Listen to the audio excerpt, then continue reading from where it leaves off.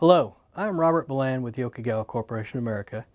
This video will go over the math functions available in the MW100 data acquisition recorder. And at the end, we will do a walkthrough setting up an example of a totalizer.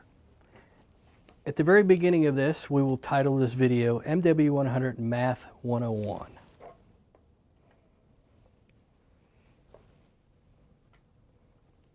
First, let's talk about the MW100 math channels. The math channels for the MW100 DAC Master are assigned as A01 and above.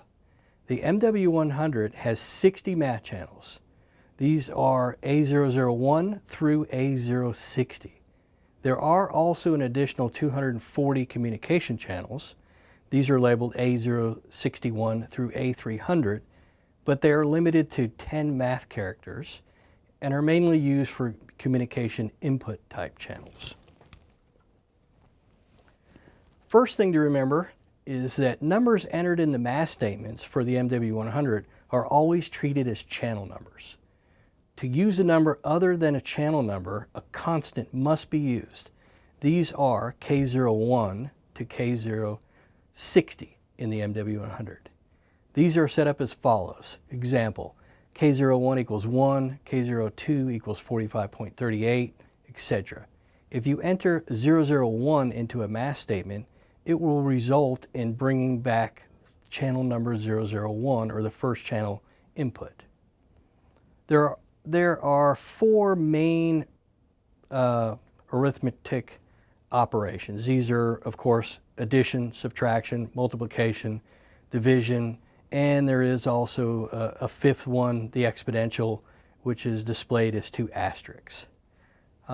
Square root capability is available on this recorder. It will return the square root of the number. That's an SQR abbreviation. ABS determines the absolute value of a number, so there'll be no minuses in there, only a positive number. Then we also have the log feature, which determines the logarithmic, which, as you can see in the example, that's y equals log 10x. We also have an exponential that will determine the exponential, so y to e to the x. There are also relative computation determines by greater than or equal to, greater than, less than or equal to, equal and not equal to. And these outputs will be either 0 or 1, or a true or false, represented by 0, 1. We can also do some ANDing, or, exclusive or, and nots, which of course will return a 0 or a 1, or a true or false, if you like to think about it in that aspect.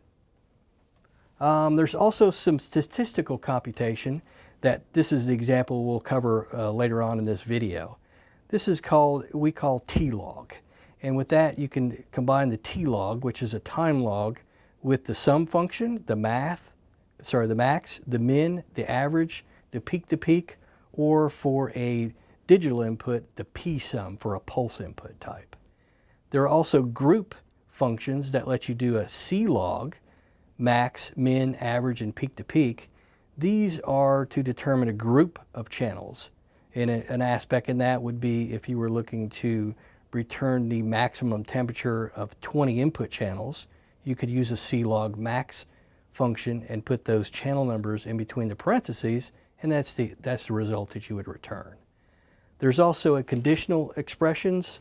You probably know these better as if-then-else statements. If so-and-so is true, then we'll have the result, else we'll have the third result. Let's go over the four kind of simple computations first. How do we add, subtract, multiply, or divide channels? So in this slide, you can see that if you wanted to set up math channel number A001 to just add channels 1 and 2, you would just do a very easy function or mathematical explanation of, you would do 001 plus 002, and that would return the sum of those two channels. And then as you see further in the examples, you do the same thing with a minus. A multiplication or divide symbol will basically do that capability. If you notice in the multiplication or the divide, we're actually using that constant we talked about before, and you would have to assign that constant K01 to be a number like 2.14 or 3.14 or whatever you want that number you want to multiply that input channel by. Then we'll get a little bit more complicated functions. Here is if you do a power, if you wanted to take channel number 1 and raise it to the power of channel number 2, you would do 001 asterisk asterisk 002, and that would actually take the channel number 1, raise it to the power of channel number 2, or you probably figured out you could use a constant K01 and make that 2, and that would give you your answer of channel number 1 raised or squared in this case. You can also do the square root of channel number 1 by putting 001 into parentheses of the square function. Same thing with absolute value, or the log value, or the exponential value.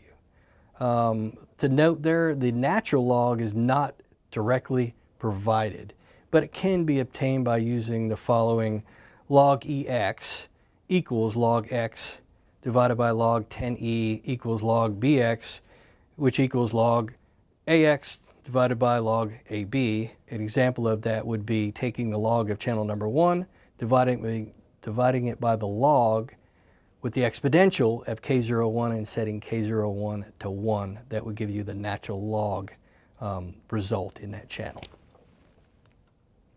Let's talk about some of the relationship computations, as we call those.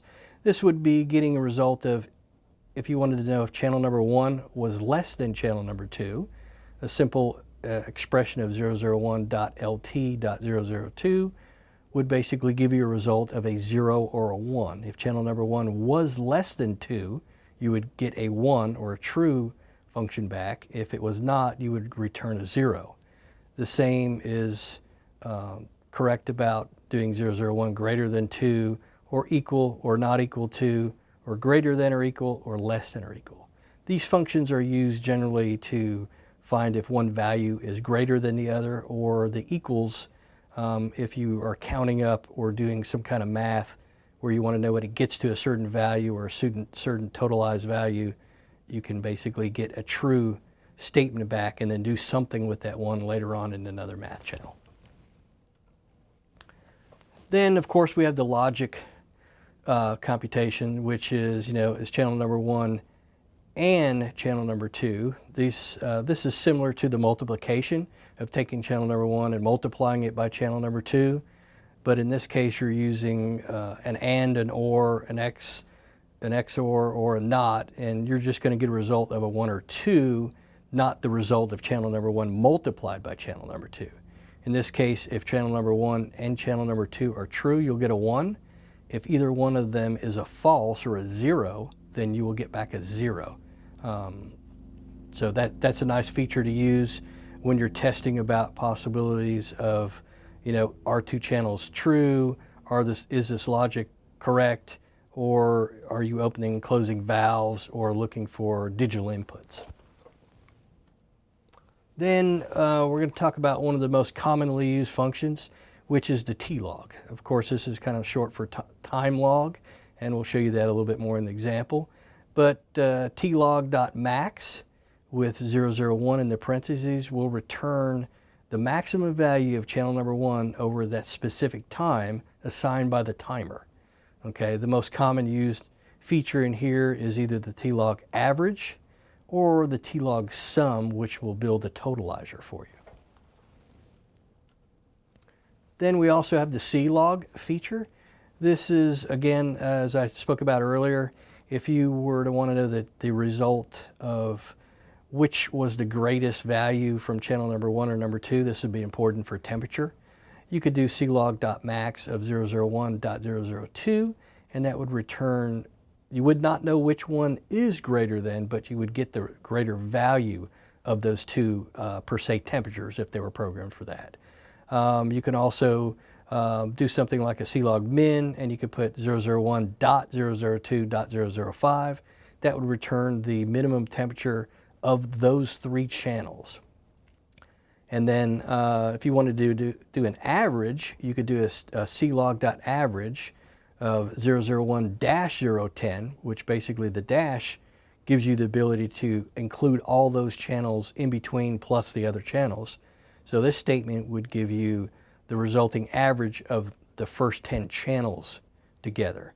The nice feature of the CLOG is that when this is set up, if these are temperature inputs or flow inputs or something like that, if one of those channels goes to an open and results in an error or an asterisk, which is how you see it on an MW100 recorder, then that is thrown out of the equation. So if you were doing a CLOG average of the first 10 thermocouples, let's say, as an example, and 2 of the thermocouples open, they would just be thrown out of the average and not used. Another important feature in the MW100 is the if-then-else statement. This is a conditional expression. If you're familiar with ladder logic or PLC logic or something, you're going to run into this more often. You know, if you're looking for a result. So you're in this equation here that we're showing as an example, 001.gt.k01 question mark 002 colon 003. What this does is channel number 1 greater than the value that you assigned to constant number 1? If the answer is yes, then the result will be 002, in this case displaying channel number 2. If it's not, then the answer will be 003. One added feature in the MW100 is the TLOG.psum. This is used to totalize pulse inputs from a digital input card. If you do a TLOG.psum and then put the input channel, that's a digital pulse, then what you'll get is anytime, it will count any time that pulse goes from a 0 to a 1, and if it stays at a 1 for a certain length of time, it does not double count that. It only picks up the edge changing from a 0 to a 1 or a false to a true to give you the pulse input counts over time. At this point, we are going to actually do like a live demo setup of this. So let's first look at, we are attached directly to an MW100.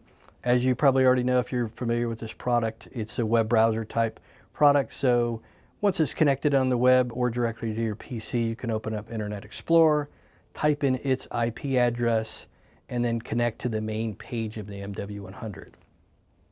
So in this feature, we are basically connected up to the MW100 already. We already took all those other instances in account, setting up the IP address. We won't cover that in this video. And first thing we want to do is we are going to totalize the value for channel number 1. Channel number 1 has already been previously set up as a 1 to 5 volt input, scaled 0 to 500 GPM. And that's important to know what you are totalizing and what the range and the scale of that item is. So the first thing we're going to do here is note that on the screen that the measurement, math, and recording is all stopped. These must be in this mode. If any one of those is running, then you can program the MW100, but when you go to apply the setting, it will tell you that you are not stopped and you'll have to start all over again. So in this case, we're going to start with all of them stopped, and we're going to go to the channel setting menu, and then we're going to select math channel settings. And on this, basically, we're going to go ahead and start with this in the off position. And what we want to do is we want to totalize channel number 1. So remember, we need to turn the feature on. So math channel 001 is going to be on. It always throws in a default expression in there, but we're going to highlight that and type in from our earlier discussions, TLOG.sum, and then we're going to open parentheses 001, close parentheses, and then from earlier setup, we already know that this channel is going to be, this channel is a 0 to 500 gallons per minute flow range on channel number 1. So we're going to set our decimal place to 1 as it is on that channel.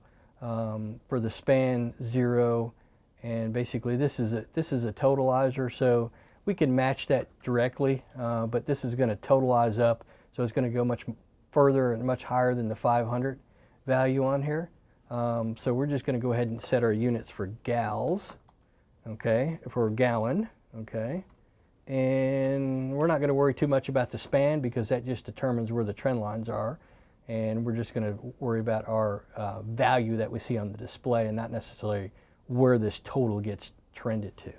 And we're going to go ahead and click apply here. So now we have set up the initial statement of the MW100.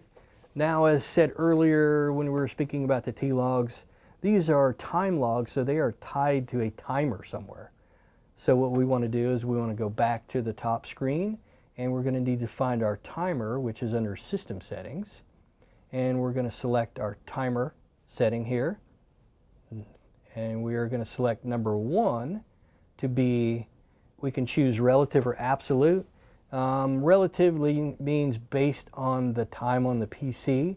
So if it happened to be 2:11 or 2:40 in the afternoon, if you chose relative in 24 hours, then you would be collecting data from 2:40 in the afternoon to 2:40 every afternoon. So we're going to choose absolute instead, which basically rounds your totalizer off to the whole numbers or the whole hours. And then in this case, we're going to pretend like we've got a customer that wants to have this total available from 8 a.m. in the morning till 8 a.m. every day. So basically he's going to totalize from 8 a.m. to 8 a.m. the next day. So we're going to set up our reference time as 8 a.m. and then we're going to set up our interval as 24 hours, and then we're going to click apply. And this is going to basically tie our timer to reset every day at 8 o'clock in the morning. Okay, now our next step is to go tie this math channel to the timer itself. So we're going to go back to our top settings, back to our system settings, and then this time we're going to select our math settings. Okay, and in the math settings, we are going to go down here. As I spoke about before, for your T-log or your C-log, we want to set up our sum scale. In this case, remember I told you it was 0 to 500 GPM, so we're going to have to select a /minute. So that flow rate is based on /minute. If this example was for a pounds per hour or BTU per hour example, then we want our sum scale to be /hour. That needs to match whatever the flow rate is itself. Okay? And then also up here under Math Data Handling, you'll notice you can select whether you want to basically, if it runs into an error, to be plus or minus over. I would leave that as a plus over for right now. Then for the data measurement, here for abnormal inputs, so of course if this is a flow rating, if this is a 4 to 20 input or 1 to 5, and somehow the transmitter or the flow meter were to lose power, you would basically get a 0 or a minus over range. In that case, you don't want that to be added or that error to be added into the totalizer, so I would suggest selecting skip here. So now if that flow is out of range, you will not get an abnormal reading shoved into the math statement and ruin your totalizer. And also on the C-log and T-log, I would do the same thing. I would set that for skip. And then on the overview, I would also set that for skip. This will eliminate any of the errors being added into your totalizer. If that occurs, then you will ruin your totalize. What will happen is, as you're totalizing, you will add, an asterisk which can't be added, which is like infinity. So it will basically make your totalizer go to over range, and you'll have to manually reset it or wait till 8 o'clock the next morning for that total to fix. So based on that, we're going to go ahead and apply our settings here. Okay, now the next step we want to do is we need to add that math channel to one of the groups itself. So we are going to go under the channel settings, and we're going to go under math group settings. And we already have, defaultly channel A01 is already there, which is our first math channel. But if you wanted that to be more than one math channel, then we would just add like A005, and that'll put the first 5 math channels if they're programmed into that group. So we're going to go ahead and click apply there. And then the last item that we need to set up is we're going to have to go back to our system settings, and we're going to go to our event actions. Right now we have our totalizer set up, we have our timer set up, we have our indication set up of the group that it's in, and we also have any of our over ranges set so that we don't mess up our totalizer. The last item we need to do is set up an event action setting. Okay, when we go in here, you're going to have some events that you can set up. And in this case, what we want to do is set up a timer, because we have our timer set up. Okay, and that's timer number 1. Even if it says channel, that means timer number 1. And then the detection is going to be on the edge. So the edge of that timer, what do we want to have happen? So what we want to do is we assigned our math channel A001 to group number 1 in the math. So we're going to say we only want to reset that group. We could, of course, reset all of the math itself, but we'll go ahead and set it up to reset only that group. So now if you had a group of totalizers for another set of math channels, they could be in a different group and set up to a different timer setting at a different time. So we're going to apply that. Okay, then we're going to go back to our top screen, and basically let's select our measurement, and we're going to start that. We're going to start our math measurement. Go ahead and start that. Apply that. Okay, and then once those are started, we're going to just click on our light monitor to see what's happening in our math channels. And basically, hold on one second. We're going to have to stop these again.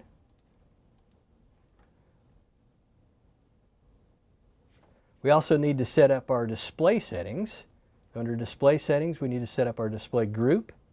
And in the group, our first group just has channel number 1 through 4, and we don't have the math channel in there. So let's go ahead and set this to be 001 and A001, which is our first math channel, and click apply. Then we'll come back to our top settings, start our math, start our measurement, click apply, wait for it to start, then go to our light monitor. And in this case, basically, we have our first channel is our flow rate, 250 gallons per minute. In our next spot here, we are basically totalizing that flow over time, and that will give us our totalizer based on a per minute flow rate.